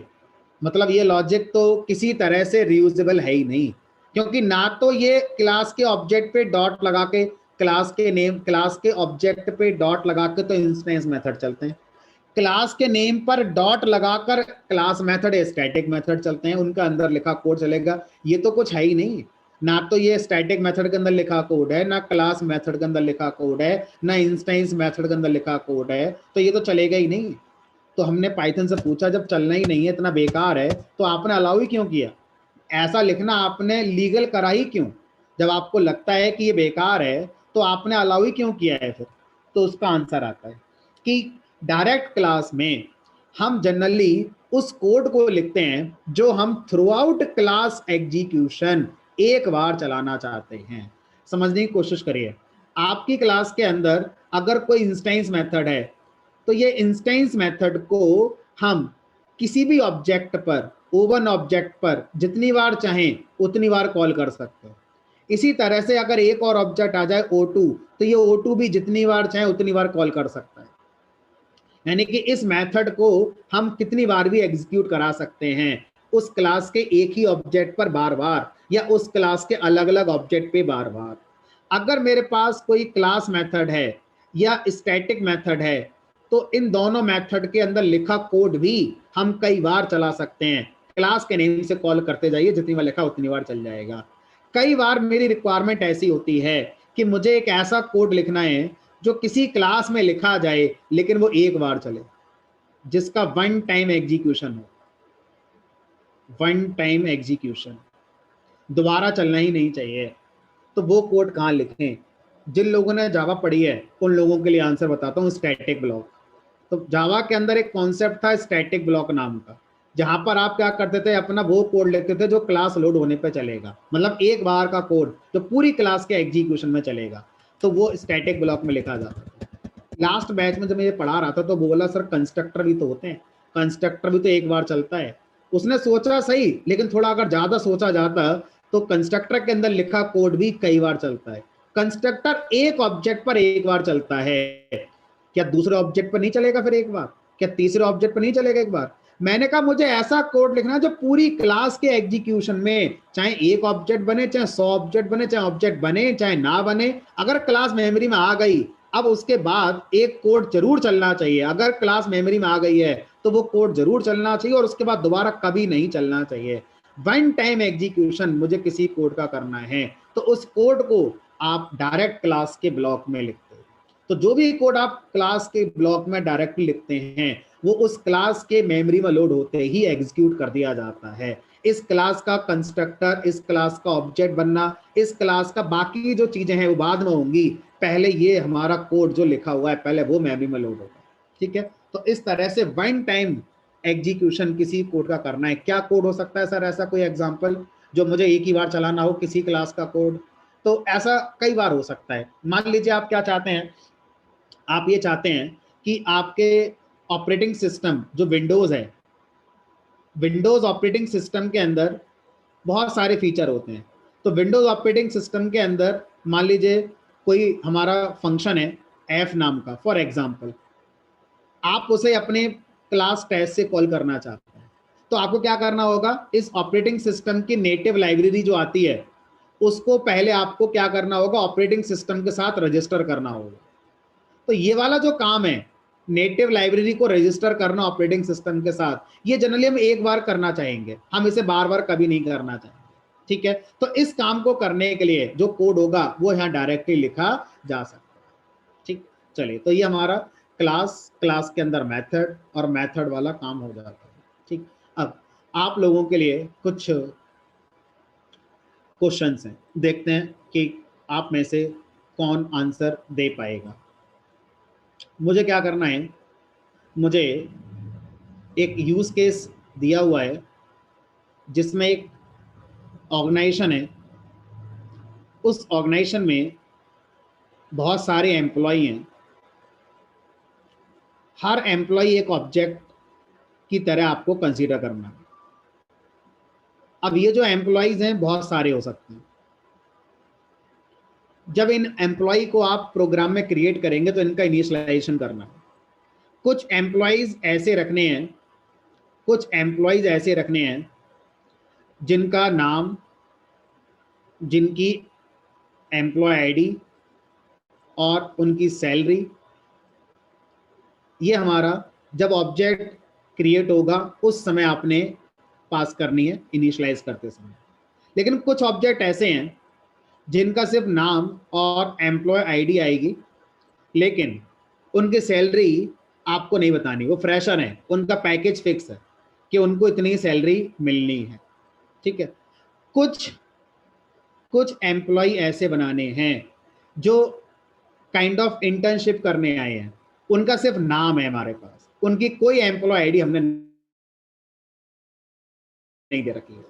तो अब मुझे एक क्लास बनानी है और उस क्लास का नाम एम्प्लॉय मैंने रख दिया। अब आपको क्या सोचना है, इस एम्प्लॉय क्लास के मैं कुछ ऑब्जेक्ट बनाऊंगा और कुछ ऑब्जेक्ट बनेंगे जिनमें मुझे नेम, एम्प्लॉय आईडी और सैलरी तीनों को इनिशियलाइज करना है। इसी एम्प्लॉय क्लास से कुछ ऑब्जेक्ट ऐसे बनाने हैं जिसमें नेम और एम्प्लॉय आईडी को इनिशियलाइज करना है, और इसी क्लास के कुछ ऑब्जेक्ट ऐसे बनाने हैं जिसमें मुझे सिर्फ नेम को इनिशियलाइज करना है। तो अगर हम C++ और जावा लैंग्वेज या .NET लैंग्वेज या C++ लैंग्वेज का एक्सपीरियंस यूज करते हैं तो वहां पर एक कॉन्सेप्ट था कंस्ट्रक्टर ओवरलोडिंग। आप एक क्लास के एक से ज्यादा कंस्ट्रक्टर डिफाइन कर सकते हैं। पाइथन में तो ओवरलोडिंग नाम का कॉन्सेप्ट ही नहीं होता, फंक्शन ओवरलोडिंग या कंस्ट्रक्टर ओवरलोडिंग नहीं होता, ऑपरेटर ओवरलोडिंग होता है, ठीक है, बट कंस्ट्रक्टर ओवरलोडिंग और फंक्शन ओवरलोडिंग वो नहीं होता, जैसा हम लोगों ने कभी C++ जावा .NET में सीखा था। तो अगर मैं अपनी प्रोग्राम में एक से ज्यादा कंस्ट्रक्टर बनाना चाहता हूं तो कैसे बनाऊंगा, क्योंकि मुझे यहाँ पर नीड आ रही है। अगर मैं कोशिश करता हूं तो वो कोशिश शायद मेरी फेल हो जाएगी। देखो, तो मैंने एक कंस्ट्रक्टर बनाया और इस कंस्ट्रक्टर में एक तो सेल्फ आएगा, वो ऑब्जेक्ट खुद जो इनिशियलाइज होने आ रहा है अभी, उसका नेम ले लिया, उसकी आईडी ले ली, उसकी सैलरी ले ली। तो अब वो ऑब्जेक्ट जो इस कंस्ट्रक्टर से इनिशियलाइज होगा, उस ऑब्जेक्ट का नेम वो हो गया जो n पैरामीटर की वैल्यू है, ठीक है, और जो आईडी है वो हो गया जो i पैरामीटर की वैल्यू है, और जो सैलरी है वो है जो s पैरामीटर की वैल्यू है। तो मेरे ब्रेन में ये आ गया। अब मैंने सोचा कुछ ऑब्जेक्ट ऐसे बनाने हैं जिनका सिर्फ नेम आएगा और आईडी आएगा, सैलरी हमारी पहले ही फिक्स है। तो मैंने क्या करा, मैंने यहाँ पर एक कंस्ट्रक्टर और बनाया और इस कंस्ट्रक्टर में सैलरी की बात ही नहीं करी। सैलरी को मैंने पहले फिक्स कर दिया कि 10,000 रुपये मिलेंगे बस, है ना। फिर मैंने कहा कुछ ऑब्जेक्ट ऐसे बनाने हैं जिनका इनिशियलाइजेशन में सिर्फ नाम देना है, उनकी कोई आईडी नहीं है, उनकी आईडी सबकी फिक्स है 0 0, है ना, सबकी आईडी एक ही है, और सैलरी 0 0, सब 0 है। मैंने कॉपी किया और यहाँ पर पेस्ट कर दिया और ये भी हटा दिया, ये भी हटा दिया, नहीं एन रखा। आईडी की वैल्यू सबकी 0, सैलरी सबकी 0, है ना, सिर्फ इंटर्नशिप करने आए हुए हैं। तो मैंने ऐसा सोचते हुए अपनी क्लास के इस तरह से 3 कंस्ट्रक्टर डिजाइन कर दिया। फिर मैंने एक इवन ऑब्जेक्ट बनाया और मैंने सोचा इवन ऑब्जेक्ट जब बनाऊंगा एम्प्लॉय क्लास का तो मैं इसका प्रॉपर नेम दूंगा कि इसका नाम है सोनू, इसकी एम्प्लॉय आईडी 101 है और इसकी सैलरी 20,000 रुपये है। तो इवन का नेम सोनू, एम्प्लॉय आईडी 101 और सैलरी हो गई होगी 20,000। ऐसा मैं सोच रहा हूँ, आप लोगों का नंबर आने वाला है। E2 बनाया, E2 का नेम मैंने मोनू कर दिया, एम्प्लॉय आईडी 102 कर दी, सैलरी मैंने देनी नहीं है क्योंकि सैलरी मैंने ऑलरेडी इस वाले कंस्ट्रक्टर का यूज करते हुए 10,000 बना रखी है। तीसरा बनाया, इसमें सिर्फ नाम दे दिया। तो अब मैं क्या सोच रहा हूं कि इस वाले ऑब्जेक्ट को बनाते समय जब कंस्ट्रक्टर एग्जीक्यूट होगा तो ये 3 पैरामीटर वाला हमारा चलेगा, जो कि ये रहा, सेल्फ में ऑब्जेक्ट आएगा, ये 3 वाला रहा, और जब E2 वाला ऑब्जेक्ट बनेगा तो ये वाला चलेगा क्योंकि ये 2 पैरामीटर वाला है, और जब ये चलेगा तो ये वाला चलेगा। सब लोग अनम्यूट हैं, अब मुझे बताएंगे इसका आउटपुट कि सर ये सही है या गलत है। अगर ये सही है तो आगे बढ़ते हैं, अगर ये गलत है तो इसका सही सॉल्यूशन क्या होगा। सर हाँ बोलिए। तो ये एरर देगा शायद। किस ऑब्जेक्ट पे, E1 पे, E2 पे, E3 पे, कहाँ पे देगा? सर जब एक क्लास में दो से ज्यादा कंस्ट्रक्टर होते हैं सर, उसके उनके पैरामीटर अलग होते हैं, तो सर ये कौन सा ओवरलोडिंग का हो जाएगा ना? हाँ मतलब ये मैंने लिखा है, अब आपको बताना है कि पाइथन में ये है या नहीं है। ओवरलोड ऑपरेटर ओवरलोडिंग है सर, और वो नहीं है सर, मेथड ओवरलोडिंग नहीं है। तो मुझे सीधा आउटपुट बताओ कि क्या होगा, ये 3 ऑब्जेक्ट बन जाएंगे या नहीं। नहीं बनेगा sir. Maybe I think sir error देगा। इवन में सर एरर आएगी। इवन में एरर किस बात को लेकर आएगी, इवन में एरर आएगी तो क्यों आएगी बताओ, क्या गुनाह कर दे इवन में। सर E2 पे आनी चाहिए। सर E2 पे आएगी एरर, क्योंकि सर अगर हम 2 पैरामीटर देंगे तो सर उसे डिफॉल्ट करना पड़ेगा ना, तभी तुम दे सकते। E2 पे आप दोबारा बताइए क्यों बता रहे एरर आएगी, क्योंकि सर ये डिफॉल्ट पैरामीटर नहीं दिया हुआ ना, अगर डिफॉल्ट पैरामीटर दे देते तो फिर एक हम चीज बताओ ना, ये E2 जब ऑब्जेक्ट बनेगा तो इस वाले कंस्ट्रक्टर से नहीं इनिशियलाइज हो जाएगा, जिसमें सेल्फ में E2 आ जाएगा, एन में मोनू आ जाएगा और आई में 102 आ जाएगा, जरूरत ही क्या तीसरे की। सर पीवीएम कंसीडर करेगा केवल लास्ट मेथड को। किसी ने आंसर दिया एरर नहीं आएगी, सब सही है।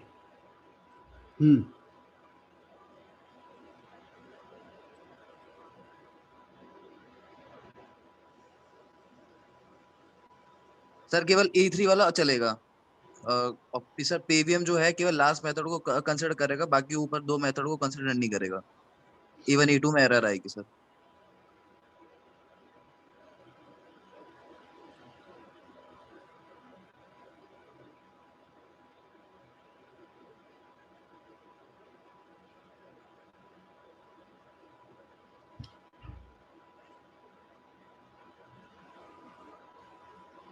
पता नहीं, अब 40 लोग क्लास में हैं, 40 में 5-6 लोगों ने आंसर दिया है, बाकी तो पता नहीं क्लास में है भी या नहीं है, लॉगिन करके चले गए, पता ही नहीं चल रहा है।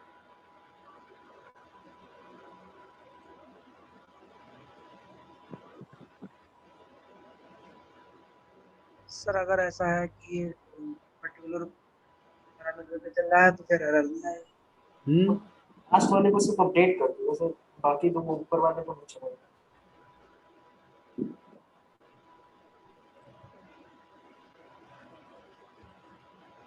चलो, अगर मैं आपसे कहूं कि मेरे पास एक फंक्शन है ऐड नाम का, जिसमें x और y दो पैरामीटर के साथ कोड लिखा हुआ है, उसी प्रोग्राम में एक और ऐड फंक्शन है जिसमें x y z 3 पैरामीटर हैं, और अगर मैं ऐड कॉल करता हूं 10,20 के साथ, फिर ऐड कॉल करता हूं, ये फंक्शन है, भूल जाओ मेथड वेथड क्लास व्लास क्या होती है, यहाँ लिखा मैंने 10,20,30।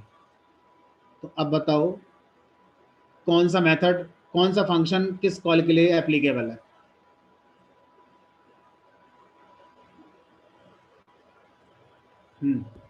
सर जिसमें जिसमें से 3 पैरामीटर है वो सर E1 पे चलेगा, और सर जिसमें 2 पैरामीटर वो E2 पे। और कोई सर ऐसे चलेगा जिसमें 2 आर्गुमेंट है वो 2 पैरामीटर पे चलेगा। सेम यही आएगा। फर्स्ट फंक्शन के लिए ऐड का फर्स्ट मेथड ही रन करेगा। E1 के लिए XYZ और E1 के लिए XYZ और E2 के लिए 1020 वाला। सर ये फंक्शन ओवरलोडिंग का कांसेप्ट है। समस्या क्या हो रही है आप लोग सब लोगों के साथ कि आप सब लोगों ने C++ या जावा या C# जैसी लैंग्वेज जरूर पढ़ रखी हैं, जो भी लोग आंसर दे रहे हैं, लेकिन आपने पाइथन पढ़ने के बाद नॉलेज तो ले ली, लेकिन आपने प्रैक्टिस नहीं करी। तो मैंने आपको ये कहानी पहले भी सुनाई थी और आज फिर सुना रहा हूँ कि नॉलेज और कॉन्फिडेंस में डिफरेंस होता है। अगर आपके पास नॉलेज है, जरूरी नहीं आप सक्सेस हो जाएंगे, लेकिन आपके पास अगर कॉन्फिडेंस है तो आप सक्सेस हो जाएंगे। कॉन्फिडेंस आता है प्रैक्टिस से। आपको कार चलानी आती है, आपको उसके सारे रूल पता है कि स्पीड ब्रेकर पे क्या करना है, राउंड अबाउट पे क्या करना है, भीड़ में क्या करना है, कब कौन सी गियर में कितनी स्पीड रखनी है, लेकिन मैंने कभी कार नहीं चलाई, लेकिन मुझे कहानी सब पता है, कभी कार चला नहीं पाओगे जिंदगी में, है ना। इसी तरह से पाइथन के अंदर अगर आपने प्रैक्टिस करी है तो आपको पता होगा कि जब भी कोई फंक्शन इस तरह से बनाया जाता है तो वो फंक्शन हमारा अपडेट हो जाता है। तो अगर मैं ये दो फंक्शन इस प्रोग्राम में बनाऊंगा तो ये वाला फंक्शन ही एप्लीकेबल होगा। ये फंक्शन खत्म हो गया, रिप्लेस हो गया, इस वाले से अपडेट हो गया। तो आगे के कोड में जब भी ऐड फंक्शन चलेगा वो 3 वाला ही चलेगा। अगर किसी ने 2 के साथ चला दिया तो ये एरर है, ये इसको नहीं पकड़ेगा भाई, क्योंकि ये अपडेट हो गया। कई बार समझाया, कई बार सिखाया मैंने आपको कि जब x इक्वल टू 10 होता है पाइथन में और x इक्वल टू 20 होता है और मैं आपसे कहूं x की वैल्यू क्या है प्रिंट कराएंगे तो आप बोलेंगे 20 होगा। यही रूल पाइथन के फंक्शन में भी होता है, यही रूल पाइथन के कंस्ट्रक्टर मेथड में भी होता है। जब अब वैल्यू आपने वेरिएबल की अपडेट कर दी तो जिस पॉइंट पर आप एक्सेस कर रहे हैं वेरिएबल अपडेटेड वैल्यू मिलेगी। सेम कहानी फंक्शन के साथ होती है। जब आपने एक नाम से कोई फंक्शन बनाया और उसी नाम से फिर दोबारा फंक्शन बना दिया तो अब जो उस नाम से दोबारा फंक्शन बना हुआ है वो एप्लीकेबल है, चाहे उसमें पैरामीटर 3 हो, चाहे पैरामीटर 4 हो, चाहे 2 हो, चाहे ना हो। आगे के कोड को यही फंक्शन एप्लीकेबल होगा, ये नहीं चलेगा। ओवरलोडिंग का कॉन्सेप्ट पाइथन में ऐसे नहीं होता है। तो यहाँ पर भी सेम आउटपुट आपको बताना है कि आपने अपनी क्लास में 3 कंस्ट्रक्टर बनाए हैं, तो इन 3 कंस्ट्रक्टर में जो सबसे लास्ट कंस्ट्रक्टर है वही एप्लीकेबल होगा। यानी कि अगर कोई भी एम्प्लॉय क्लास का ऑब्जेक्ट बनाना चाहता है तो वो सिर्फ और सिर्फ इस कंस्ट्रक्टर का यूज करके ही इनिशियलाइज कर सकता है, दैट इज नेम के साथ। ये एरर दे देगा क्योंकि ये 3 पैरामीटर हैं, 3 वैल्यू जा रही हैं और जो अपडेटेड कंस्ट्रक्टर है उस अपडेटेड कंस्ट्रक्टर में सिर्फ एक की बात हो रही है। देखो ये एरर कैसे देगा, ये तो पहले दे रहा है इंडेंटेशन की एरर। इंडेंटेशन की एरर को पहले खत्म करना है मुझे।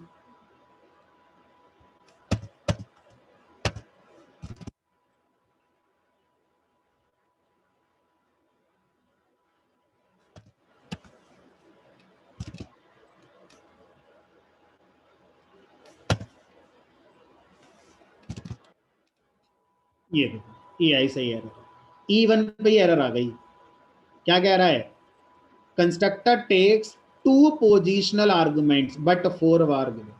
4 दिए हैं आपने लेकिन आपका कंस्ट्रक्टर 2 ही मांग रहा है। कहाँ मांग रहा है? तो क्योंकि लास्ट वाला है ना, ये 2 की बात कर रहा है। एक ऑब्जेक्ट आएगा खुद और एक आपका एक और पैरामीटर आएगा, बट आपने तो 4 दे दिए, 1 2 3 और ऑब्जेक्ट खुद जाएगा सेल्फ के। तो ये तो प्रॉब्लम का सॉल्यूशन नहीं हुआ। अब मैं आपसे क्या एक्सपेक्ट करूं कि इसका सॉल्यूशन क्या होगा, बताओ। इसका सॉल्यूशन मैं चाहता ऐसे ही हूं सर वेरिएबल लेंथ यूज हो सकता है इसमें? हाँ वेरिएबल लेंथ यूज हो सकता है इसमें? एग्जैक्टली वही तो मेरा कंसर्न था, वही तो यूज करना है। जब जब इस तरह की सिचुएशन आएगी तब तब आपने उसी कॉन्सेप्ट को समझना है जो पाइथन में सिखा रखा है। वेरिएबल लेंथ वाला जो कॉन्सेप्ट था या डिफॉल्ट आर्गुमेंट वाला जो कॉन्सेप्ट था उनको फोकस करना है, तो ये नहीं चलेगा। अब इस तरह की सिचुएशन अगर आपको डील करनी है तो पाइथन मना थोड़ी करेगा कि नहीं जी हमारा तो रूल है, ऐसा हो ही नहीं सकता। तो पाइथन अपने सिंटैक्स बता रहा है, आपको सीखना है कि कहां जाकर मेरी प्रॉब्लम सॉल्व होगी। यहां नहीं हो रही है, पाइथन में कम लिखकर इस प्रॉब्लम को सॉल्व किया जा सकता है। कैसे कम लिखोगे? आपने क्या करा, यहां पर नेम, आईडी और सैलरी, इन तीनों की बात करनी है। तो आप ये कह रहे हैं कि अगर मैं सैलरी दूंगा तो अच्छी बात है, और अगर सैलरी नहीं दूंगा तो सैलरी की एक फिक्स वैल्यू पहले ही हमारी सेट हो जाएगी। तो सैलरी की वैल्यू आप यहाँ पर क्या कर दीजिए, पहले ही कोई एक फिक्स कर दीजिए। ठीक है, मान लो 10,000 आपने सेट कर दिया। अगर कोई एम्प्लॉय बनता है, अपना नेम देता है, इसमें आ गया, आईडी देता है, इसमें आ गया, सैलरी देता है तो ये अपडेट हो गई, नहीं देता है तो जो इसने पहले सेट कर रखी है वो हो गई। यहाँ पर सैलरी मैंने नहीं दी, जब सैलरी मैं नहीं दूंगा तो फिर क्या होगा, ये हो जाएगी, लेकिन आईडी मेरा रह जाएगी। तो आपको क्या करना है, यहाँ पर आईडी पहले ही सेट कर दो 0, क्योंकि आपने कहा था कि सबकी आईडी क्या करनी है, 0 रखनी है। तो अब देखो जब ये वाला ऑब्जेक्ट बनेगा तो इस वाले ऑब्जेक्ट का नेम सोनू होगा, आईडी 101 होगी, सैलरी 20,000 रुपये होगी। ये वाला जब ऑब्जेक्ट बनेगा नेम मोनू होगा, आईडी 102 होगी और सैलरी जो मैंने पहले सेट कर रखी है वो होगी। आप 0 देना चाहते हैं 0 दे दो, 10,000 देना चाहते हैं 10,000 दे दो। और इस वाले केस में जो ऑब्जेक्ट बनेगा उसका नेम जो वो होगा जो यहाँ से आपने पास किया है, आईडी 0 हो गई, सैलरी जो आपने यहाँ लिखा है वो हो गई। तो इस तरह से आप क्या कर सकते हैं, आप यहाँ पर डिफॉल्ट आर्गुमेंट यूज कर सकते हैं, या जो आप में से किसी ने भी ने बताया कि हम आर्बिट्रेरी आर्गुमेंट या वेरिएबल लेंथ आर्गुमेंट वाले कॉन्सेप्ट का भी यूज यहाँ पर कर सकते हैं। ठीक है, तो इस तरह से हम सिचुएशन को डील कर सकते हैं। अब इनके अगर आप प्रिंट करना चाहते हैं तो एक मेथड बनाकर इन सब चीजों को आप शो करा सकते हैं।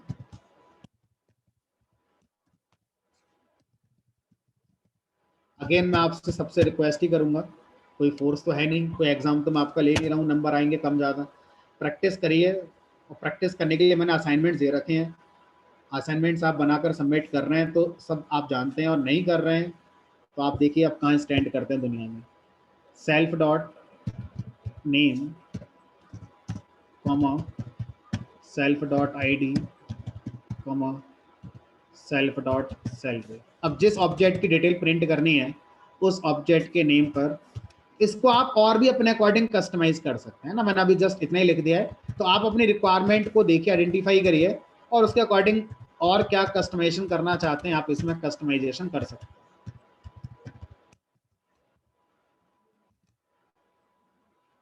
पहले वाले ऑब्जेक्ट की डिटेल आ गई, दूसरे की आ गई, तीसरे की आ गई। तो जितने ऑब्जेक्ट इस तरह से बनाएंगे वो इस तरह से इनिशियलाइज होंगे, अकॉर्डिंगली आप अपना समझ सकते हैं। चलिए, तो अभी हमने क्लास और ऑब्जेक्ट के दो कॉन्सेप्ट को सीखा है, सिर्फ क्लास और ऑब्जेक्ट, इससे ज़्यादा कुछ नहीं सीखा है। क्लास और ऑब्जेक्ट के साथ क्लास के अंदर मेथड आ गए, instance method, class method, static method. दो तरह के डेटा मेंबर आ गए, class data member, instance data member. कब किस सिचुएशन में कौन सा यूज़ करना है ये हमारे समझ में आ गया, प्रैक्टिकली हमने काफ़ी करके देख लिया। अब हम नेक्स्ट फीचर की तरफ बढ़ रहे हैं जो ऑब्जेक्ट ओरिएंटेड प्रोग्रामिंग के अंदर यूज़ किया जाता है, नेक्स्ट फीचर, उसकी बात करते हैं। अब हमारा जो नेक्स्ट फीचर है वो कहता है कि क्या आप किसी भी क्लास को बनाते समय उस क्लास में किसी एग्जिस्टिंग क्लास के फीचर को गेट कर सकते हैं। एक एग्जांपल लेकर मैं आपको बनाता हूं कि एक क्लास मैंने बनाई है, इस क्लास का नाम है मान लीजिए टेलीफोन। इस टेलीफोन क्लास के अंदर मैंने एक मेथड बनाया कॉलिंग। भाई टेलीफोन जब आते थे तो आप उससे कॉलिंग कर सकते थे। तो आगे का जो टॉपिक मैं पढ़ा रहा हूँ वो इंस्टेंस मेथड को फोकस करके मैं पढ़ा रहा हूँ, क्योंकि ज़्यादा बार आप आगे जब ऑब्जेक्ट ओरिएंटेड प्रोग्रामिंग देखेंगे तो इंस्टेंस मेथड के यूसेज को हैवीली आप देखेंगे। तो मैं आगे के टॉपिक जो भी पढ़ाऊंगा वो इंस्टेंस मेथड को फोकस करके पढ़ाऊंगा। तो मैंने टेलीफोन क्लास में एक इंस्टेंस मेथड बनाया कॉलिंग नाम का, और सिंपली इसमें एक मैसेज डाल दिया। अब ये टेलीफोन क्लास तैयार है और इसका ऑब्जेक्ट बनाकर इसका कॉलिंग मेथड चलाया जा सकता है। अब मान लीजिए ये क्लास बनकर तैयार हो गई। कुछ टाइम के बाद मुझसे कहा गया कि आपने क्या करना है, आपने एक क्लास और बनानी है और उस क्लास का नाम रखना है मोबाइल, और मोबाइल क्लास के थ्रू भी आप कॉलिंग कर सकते हैं। एडिशनली आप उससे मैसेज भी कर सकते हैं। तो मोबाइल क्लास में आपने दो मेथड बनाने हैं। तो मैंने बना दिया एक कॉलिंग मेथड जो कि डिक्टो यही बनाना है। तो मैंने अभी कॉपी करा पेस्ट करा, जो कि मुझे सही नहीं लग रहा है, बट फिर भी मैंने कर दिया। और यहाँ पर एक मेथड और बना दिया मैसेज नाम से, और इस मेथड के अंदर जस्ट मैंने प्रिंट कर दिया मैसेज। अब मुझे अगर सिर्फ कॉल करना है तो मैं टेलीफोन क्लास का ऑब्जेक्ट बनाऊंगा और टी डॉट कॉलिंग कर पाऊंगा, टी डॉट मैसेज करूंगा तो एरर आ जाएगी। अगर मुझे दोनों चीज करनी है तो मैं मोबाइल क्लास का ऑब्जेक्ट बनाऊंगा और उस ऑब्जेक्ट पे कॉलिंग भी कर पाऊंगा, मैसेजिंग कर पाऊंगा। तो मैंने मोबाइल क्लास का ऑब्जेक्ट बनाना पसंद करा और इस पर मैं कॉलिंग भी कर पा रहा हूं और मैं मैसेज भी कर पा रहा हूं। लेकिन जब मैं ऐसा लिख रहा हूं, आउटपुट आ गया। अब मैं सोच रहा हूं कि ये जो मोबाइल है इसके अंदर एक मेथड है कॉलिंग। ऑलरेडी मैंने सेम इम्प्लीमेंटेशन मैंने टेलीफोन क्लास के अंदर लिखी हुई है। या तो मुझे इम्प्लीमेंटेशन बदलनी होती यहाँ पर कुछ चेंज करना होता तो मैं अपना लिखने की सोचता, लेकिन ये तो डिक्टो हूबहू वही है जैसा मैंने कभी पास्ट में टेलीफोन क्लास के अंदर मेथड में लिखा था। अब अभी तो ये एक मेथड की बात है, सिचुएशन अगर ऐसी आ जाए कि पास्ट में मैंने कभी कोई क्लास बनाई थी, उसके अंदर बहुत सारे ऐसे मेथड्स हैं जिनको मैं आज जो क्लास बना रहा हूं एज इट इज मुझे वहां भी चाहिए, तो क्या मैं ऐसे ओपन करके कॉपी पेस्ट करूंगा? ये तरीका तो सही नहीं है। तो फिर इस प्रॉब्लम को सॉल्व करने के लिए अगर मान लीजिए मैं यहाँ से कॉलिंग हटा दूं तो एरर आ जाएगी। अगर आप कहें कि नहीं लिखना नहीं है तो एरर आ जाएगी, बोलेगा कॉलिंग चलेगा नहीं, मोबाइल ऑब्जेक्ट में कॉलिंग नहीं है। तो इस प्रॉब्लम को सॉल्व करने के लिए जो टॉपिक बनाया गया उस टॉपिक का नाम है इनहेरिटेंस। तो जो इनहेरिटेंस टॉपिक होता है, अगर मैं इसकी एक लाइन की डेफिनेशन दूं जो आपको कुछ सोचने पर मजबूर करे, वो एक लाइन की डेफिनेशन है, it is the process of extension. खत्म हो गया, it is the process of extension. Inheritance extension के प्रोसेस को कहते हैं। अब इस लाइन को समझने के लिए आपको 5 से 10 मिनट लगाने पड़ेंगे, फिर आपको ये लाइन दोबारा समझनी होगी और आप बोलेंगे हाँ सर सही है। तो अब यहाँ पर आप देखिए कि समय के साथ पहले टेलीफोन हुआ करते थे, पहले टेलीफोन आया करते थे, आज से 30 साल पहले की बात करें तो हमारे टेलीफोन आया करते थे कॉल करने के लिए, ठीक है। उसके बाद टेलीफोन में बढ़ोतरी करी गई, कॉलिंग के साथ साथ इसमें मैसेजिंग का फीचर भी ऐड करा गया, और जब ये फीचर करा गया तो एक नई डिवाइस लॉन्च करी गई और उस डिवाइस का नाम रखा गया मोबाइल। तो मैं ऐसा कह सकता हूं mobile is the extension of telephone. फिर सुनो, mobile is the extension of telephone. Extension जो शब्द है वो ये कह रहा है कि जो नई चीज बनी है उसमें वो तो है ही है जो एक पुरानी चीज में था, प्लस कुछ नया भी है, तब हम एक्सटेंशन वर्ड का यूज करते हैं। तो एक्सटेंशन शब्द में क्या छुपा हुआ है कि पहले भी कुछ होना चाहिए और उसके अंदर जो भी चीजें हैं वो जो अभी नई चीज बनाई गई है उसके अंदर भी आई हैं, तो हम क्या बोल सकते हैं? एक्सटेंशन वर्ड को बोल सकते हैं कि ये नई चीज उस पुरानी चीज का एक्सटेंशन है। तो इनहेरिटेंस की डेफिनेशन एक लाइन की यही होती है कि it is the process of extension. जब आप किसी पुरानी चीज में बिना बदलाव किए हुए आप कुछ नया ऐड करना चाहते हैं और एक नई चीज बनाना चाहते हैं, तो हम उसको क्या बोल सकते हैं? इनहेरिटेंस का प्रोसेस कह सकते हैं। तो मैं यहाँ मोबाइल का, यहाँ पर टेलीफोन का मैं एक्सटेंशन करना चाहता हूँ। टेलीफोन अभी कैपेबल है सिर्फ कॉल करने के लिए, अब मैं टेलीफोन को कैपेबल करना चाहता हूँ कॉल के साथ साथ मैसेज करने के लिए भी, तो मैं टेलीफोन को एक नए नाम के साथ मार्केट में प्रेजेंट करूंगा और वो नया नाम क्या होगा? मोबाइल। उसमें वही चीज होगी जो टेलीफोन के अंदर थी, इनहेरिटेंस। कैसे करोगे? सिंटेक्स, क्या कहानी समझ में आ गई? सिंटेक्स क्या होगा? जिस क्लास के लिए आप बना रहे हैं as extension of an existing class, उस क्लास के आगे पैरेंथेसिस लगाएंगे और जिस क्लास का एक्सटेंशन देना चाहते हो उस क्लास का नाम लिख दीजिए। यानी कि एग्जिस्टिंग क्लास का नाम यहां पर आप लिख दीजिए टेलीफोन। इसका मतलब हो गया, सिंटैक्टिकली समझिए, अब कम प्रेशर पड़ेगा ब्रेन के ऊपर। इसका मतलब हो गया कि इस मोबाइल क्लास के अंदर वो सारे मेथड कॉपी हो जाएंगे जो इस टेलीफोन क्लास के अंदर थे। इसी बात को आप यही कह सकते हैं कि mobile class is the extension of telephone class. Mobile में वो सब तो है ही है जो टेलीफोन के अंदर था, प्लस ये इसका अपना। तो आप में से बहुत सारे लोग बोलेंगे सर ये कौन सी नई चीज आप पढ़ा रहे हो, तो हम जानते ही हैं इसी को तो रीयूजेबिलिटी कहते हैं। तो इस वर्ड को थोड़ा सा अवॉइड करिए। क्यों करिए? क्योंकि अगर मैं आपसे कहूं कि मैंने एक मोबाइल क्लास बनाई और इस मोबाइल क्लास में इनहेरिटेंस कर दिया टेलीफोन का, लेकिन पास कीवर्ड लगा दिया, तो अब ये बताओ टेलीफोन क्लास की रीयूजेबिलिटी हो रही है नहीं हो रही है? आपके अकॉर्डिंग कि इनहेरिटेंस को रीयूजेबिलिटी कहते हैं, दुनिया कह रही है, किताबों में लिखा हुआ है, तो मैंने कहा चलो एक बार चेक कर लेते हैं क्या कौन कहना चाह रहा है। तो अगर मैंने टेलीफोन क्लास की रीयूजेबिलिटी की बात करी तो यहाँ टेलीफोन क्लास की रीयूजेबिलिटी डेफिनेटली हो रही है, मोबाइल क्लास के अंदर टेलीफोन रीयूज हो रही है ना। और आप बोलोगे सर ये एक्सटेंशन है, काट के 0 नंबर मिलेगा। क्यों मिलेगा? क्योंकि अगर आप ऐसे इनहेरिटेंस दिखाओगे तो पहला क्वेश्चन, टेलीफोन और मोबाइल में डिफरेंस क्या है? आपने मोबाइल बनाए क्यों? अगर मोबाइल में वही चीजें रखनी थी जो टेलीफोन में है, तो मैं मोबाइल बनाने में अपने एफर्ट क्यों लगाऊं? मैं जिसको मोबाइल दे रहा हूं सीधा टेलीफोन ही नहीं दे दूंगा, उसको मोबाइल क्यों दूं बनाने के लिए? तो आपका ये जो कोड है ये किसी काम का नहीं है, सिर्फ आपने कोड को लिख दिया, आपने समय खराब कर दिया अपना, क्योंकि ऐसा कोड रियूजेबिलिटी को दिखा रहा है, लेकिन इस रियूजेबिलिटी का फायदा क्या है? ऐसी रियूजेबिलिटी का आप करोगे क्या? यहाँ पर टेलीफोन क्लास के जितने मेथड हैं, चाहे वो एक मेथड है, चाहे 2 मेथड है, चाहे 3 मेथड है, 50 मेथड है, वो सारे के सारे कॉपी हो गए मोबाइल क्लास में। बट मुझे इस क्वेश्चन का आंसर दो, मोबाइल क्लास बनाई क्यों? अगर वही जो टेलीफोन में है मोबाइल में वही लाना था, तो इसकी जरूरत ही क्या है? तो आप क्या कर रहे हैं? हमने कहा रियूजेबिलिटी के साथ साथ कुछ नया भी करेंगे, रियूजेबिलिटी के साथ साथ कुछ नया भी करेंगे। जब कुछ नया करने की सोचते हैं तो अब ये हमारा कुछ सेंस बनता है। तो यहां पर मैंने क्या जोड़ दिया, जो आप कहते हैं उसके साथ मैंने रियूजेबिलिटी प्लस न्यू थिंग्स। जब इन दोनों को मैं बोलता हूं तो इसी को मैं बोलता हूं एक्सटेंशन।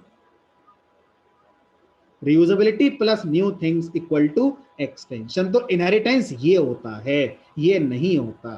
ठीक है, अगर आप ये बोलोगे तो ये तो जबरदस्ती हो जाएगी कि चीजें डुप्लीकेट हो गई। फिलहाल ये हमारा इनहेरिटेंस का बेसिक कॉन्सेप्ट है जो हमारा हो जाता है कि एग्जिस्टिंग क्लास के मेथड का रीयूज करते हुए हम एक नई क्लास बनाते हैं और उस नई क्लास में हम कुछ नए मेथड्स भी लिखते हैं। इस प्रोसेस को इनहेरिटेंस कहते हैं। जो एग्जिस्टिंग क्लास है, इस एग्जिस्टिंग क्लास को हम कुछ नामों से जानते हैं, जैसे पेरेंट क्लास या सुपर क्लास या बेस क्लास। तो इसको हम बोलेंगे parent class, super class, base class. और ये जो क्लास बनकर तैयार हुई है नई वाली, उसको बोलेंगे चाइल्ड क्लास या इसे बोलेंगे सब क्लास या बोलेंगे इसे डिराइव्ड क्लास। ठीक है, तो ये टर्मिनोलॉजी है जो ऑब्जेक्ट ओरिएंटेड प्रोग्रामिंग में इनहेरिटेंस के साथ हमारी यूज करी जाती है। Parent class, super class, base class. और जो नई क्लास बन रही है आप उसको चाइल्ड क्लास, सब क्लास या डिराइव्ड क्लास का नाम दे सकते हैं।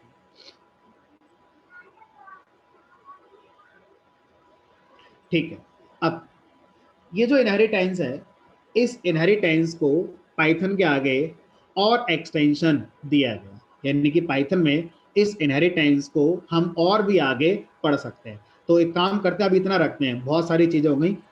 जो मेथड्स मैंने पढ़ाए उनको रिवाइज करना है, जो इनहेरिटेंस मैंने पढ़ा है वो रिवाइज करना, और जो कंस्ट्रक्टर मैंने सिखाया था ये वाला कॉन्सेप्ट कि कैसे ये हम काम कर रहे हैं, इन सबको आप बार बार वीडियो देखिए, बार बार रिवाइज करिए। ठीक है, तब आपकी प्रैक्टिस होगी। क्योंकि अगर आप सिर्फ इस भरोसे सोचते हैं कि 1 से 1.5 घंटे में जो पढ़ा रहा हूँ अगले दिन आके सीधा पढ़ेंगे, तो यकीन मानिए पुराना जितना भी पढ़ रहे हो सब भूलते जा रहे हो। जितना पढ़ा है सब बेकार हो जाए, कोई फायदा नहीं है घर पे अगर आप 2 घंटे प्रैक्टिस नहीं कर रहे हो। ठीक है, प्रैक्टिस करिए, आगे की चीजें प्रैक्टिस मांगेंगी, है ना, कठिन नहीं है, प्रैक्टिस मांगेंगी। अगर आप प्रैक्टिस करते रहेंगे तो कुछ भी हो आगे चीजें आपको आसान लगेंगी। ठीक है, चलिए आज नहीं रखते हैं, बाकी कल। हाँ पल्लवी बताइए क्या पूछना सर। एक मिनट पहले पल्लवी से बोलोगी। हाँ पल्लवी बताइए, अनम्यूट है आप, करिए अनम्यूट अपने आप को, पूछिए क्या पूछना।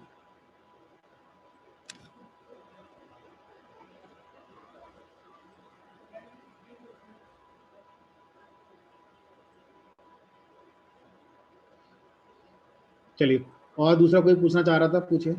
सर आपके जो असाइनमेंट आपने बताया वो कहाँ मिलेंगे? असाइनमेंट्स मेरे कहाँ मिलेंगे? ग्रुप में सारे शेयर करेंगे, मेरे ग्रुप में सारे आते हैं टॉपिक के बाद। अच्छा, जो पर डे के और पर डे के बाद आप बताते हर टॉपिक के बाद असाइनमेंट नहीं, पर डे वाले तो वो क्लास के प्रोग्राम्स होते हैं। टॉपिक जब खत्म होता है कोई भी, तो हर टॉपिक के बाद असाइनमेंट्स आते हैं। तो आज मैं दोबारा ग्रुप में शेयर कर दूंगा सारे असाइनमेंट्स, पहले क्लास से लेकर आज तक के सारे। तो दूसरा ग्रुप है क्या सर ये? नहीं, व्हाट्सएप ग्रुप एक ही है जिसमें आप ऐड होंगे। अच्छा सर, आज जी सर क्या हो गया न्यू? आज वैसे सर वो पुराने असाइनमेंट मिल जाएंगे तो दे दीजिएगा। मैं ग्रुप में शेयर कर दूंगा, ग्रुप में ऐड है ना आप? हाँ जी, हाँ जी। हाँ तो ग्रुप में दोबारा शेयर कर दूंगा आज। ठीक है सर हम लोग बैच में MySQL से कनेक्टिविटी भी सीखेंगे। हाँ पढ़ेंगे। MySQL डिटेल में पढ़ेंगे। मेरे को आप प्लीज ग्रुप में ऐड कर लीजिए, मैं ग्रुप में ऐड नहीं हूँ, तो मैं भी पुरानी चीजें एक्सेस कर पाऊँ। ठीक है, टीक इंटर पढ़ेंगे जसवीर। टीक इंटर में तो प्रोजेक्ट बनेगा यार, हमारा जो प्रोजेक्ट है आपका वो टीक इंटर से ही बनेगा। सबसे ज्यादा टीक इंटर ही पढ़ना है, आएगा, सबका नंबर आएगा। तो ग्रुप में जो ऐड नहीं है वो मुझे मैसेज कर दे 9210648013। मेरा नाम है आदित्य। आप मुझे व्हाट्सअप करेंगे अपना नाम, अपनी ड्यूकेट आईडी, अपना कॉन्टैक्ट नंबर। मैं आपको अभी व्हाट्सएप ग्रुप का लिंक दे दूंगा इनविटेशन का, आप उसके थ्रू ज्वाइन हो जाएंगे। सर हाँ जी बोलिए। सर इनबिल्ट कोई फंक्शन है क्या जिससे हम किसी भी मतलब ऑब्जेक्ट के सारे डाटा मेंबर्स की वैल्यू को प्रिंट करा सके? हाँ, बहुत सारी मेथड हैं, बहुत सारी चीजें हैं। किसी भी ऑब्जेक्ट के जितने डेटा मेंबर हैं सबको आप प्रिंट करा सकते हैं। पढ़ेंगे, सब पढ़ेंगे आगे चल के। अभी डिक्शनरी के थ्रू सब प्रिंट करा सकते हैं। आप खुद से एक और प्रैक्टिस करना, अभी मैं क्लास में पढ़ाऊंगा। किसी भी ऑब्जेक्ट का नेम लिखना सर, अंडरस्कोर डिक्ट अंडरस्कोर है ना सर? एग्जैक्टली, वो भी है। उसके अलावा और बहुत सारी चीजें हैं। चलो, और कोई किसी का कुछ क्वेश्चन? सर गार्बेज कलेक्शन भी पढ़ाएंगे ना सर हम? हाँ पढ़ेंगे, वो भी पढ़ेंगे, आएगा गार्बेज कलेक्शन में नंबर का आएगा। चलिए सेशन एंड करते हैं, कल मिलेंगे। अगेन आपसे रिक्वेस्ट है सबसे, जितना डेली पढ़ा रहे हैं उसको पढ़कर आइए अगले दिन, ताकि आप अच्छा पढ़ा पाएं। अदरवाइज आपको ही आगे चल के प्रॉब्लम शुरू हो जाएंगे।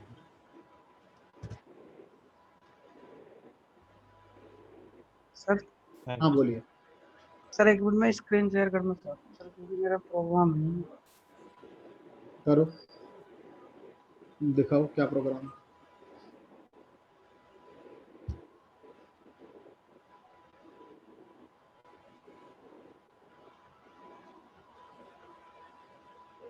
सर देखिए ये वाला सर, इसमें मैं चाहता हूँ जैसे सर इसमें फाइल डॉट राइट किया है मैंने, तो मुझे हर ऑब्जेक्ट को अलग अलग करना पड़ रहा है राइट फाइल में। तो क्या कोई ऐसा मेथड है कि आप एक साथ ही सब ऑब्जेक्ट को न्यू लाइन से राइट करो? आप एक बार मुझे कोड देखने दो। आपने क्या करा है, क्लास बनाई, कंस्ट्रक्टर बनाया, कंस्ट्रक्टर के अंदर आपने एक फाइल ओपन करी है। फाइल, उसमें यूजर से नेम लिया, ऑब्जेक्ट के नेम में डाल दिया, फाइल डॉट राइट कर दिया, सेल्फ डॉट नेम, ठीक है। फिर सेल्फ डॉट आर नंबर लिया, फिर फाइल डॉट राइट कर दिया। तो ये फाइल में चला गया। अब फाइल में गया तो होगा ही नहीं, फाइल को क्लोज तो करो। सर विद में ले रखा है ना मैंने। अच्छा, विद ब्लॉक में, ठीक है। तो अब इसमें प्रॉब्लम क्या आ रही है? सही लिखा है कोड? सर प्रॉब्लम ये है कि मैं चाहता हूँ कि ये जो डेटा जा रहा है या तो ये एक साथ चला जाए, जैसे मैंने दोबारा करके file dot right self dot name एक साथ चला जाए राइट में, और वो न्यू लाइन में जाए। नहीं तो आप एक काम करो ना, ये जो भी डेटा है उसको आप मल्टीलाइन स्ट्रिंग में फॉर्मेट करते रहो। जो भी आपका डेटा है वो आप मल्टीलाइन स्ट्रिंग में फॉर्मेट करते रहो, और फिर उस मल्टीलाइन स्ट्रिंग को एक साथ राइट कर देना। एफ स्ट्रिंग, एक एफ स्ट्रिंग बना लो। उस एफ स्ट्रिंग के अंदर जो जो आप फाइल में लिखना चाहते हैं उस एफ स्ट्रिंग में ऐड करते चले जाओ, और फिर उस एफ स्ट्रिंग को राइट कर देना। लॉजिकली समझिए, राइट मेथड आपसे स्ट्रिंग मांग रहा है, ठीक है। अब आप जो भी डेटा मेंबर है, नेम या आर नंबर, इन दोनों डेटा मेंबर को कंबाइन करके एक स्ट्रिंग में रिप्रेजेंट कर सकते हैं। पहले वो कर लो, फिर उस स्ट्रिंग को राइट कर दो लास्ट में जाके। Okay sir. एंड सर एक जो स्मॉल गैप दिया जाता है इसके बीच में सर, वो किसमें? के बीच में जो स्मॉल गैप दिया जाता है, गैप कहाँ पर? जैसे कि हमने कोई नेम लिखा और जैसे शुभम कुमार लिखा, उसके बाद मैं लिखना चाहता हूँ क्लास या आपका स्कूल का नाम, तो थोड़ा गैप देना चाहता हूँ मैं। तो गैप स्पेस से आएगा ना। तो जो भी आप फाइल में लिखना चाहते हैं वो फाइल में जो लिखोगे वही लिखेगा। अगर आप गैप देना चाहते हो तो स्पेस स्ट्रिंग में लिखिए। तो स्ट्रिंग में वहाँ दिखाता है, जब आप इनपुट देते हो तो वहाँ गैप दिखा देता है। जैसे कि मैंने यहाँ पे मैंने इस तरीके से गैप दिया, तो ये वहाँ दिखाता है जब इनपुट लेता हूँ। नहीं, ये तो इनपुट लेने वाला गैप होगा ना, ये थोड़ी रीड होगा। रीड तो वो होगा जो यूजर ने लिखा है। ये तो आपका प्रॉम्प्ट मैसेज है, ये तो प्रिंट हो जाएगा। अब यूजर जो टाइप करेगा उसमें स्पेस होगा तो रीड होगा, उसमें नहीं होगा तो नहीं होगा। तो आप चाहते हैं कि यूजर ने जो लिखा उसमें स्पेस आए, तो सेल्फ डॉट नेम से पहले एक स्पेस लगा दीजिए, इनपुट फंक्शन से पहले आओ, इनपुट फंक्शन से पहले, हाँ इनपुट फंक्शन से पहले एक स्ट्रिंग लिखो, उसी लाइन में ऐसे सर स्ट्रिंग लिखो, स्ट्रिंग डबल कोट्स में, बस इसके बीच में स्पेस लगाओ ऐसे और इसके साथ प्लस कर दो, प्लस, हाँ बस हो गया। तो जो भी इनपुट आएगा उसके पहले एक स्पेस आ जाएगा।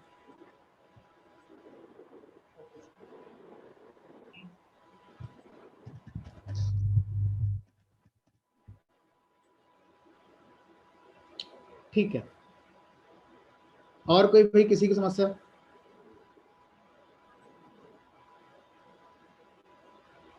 चलिए कल मिलेंगे फिर। अब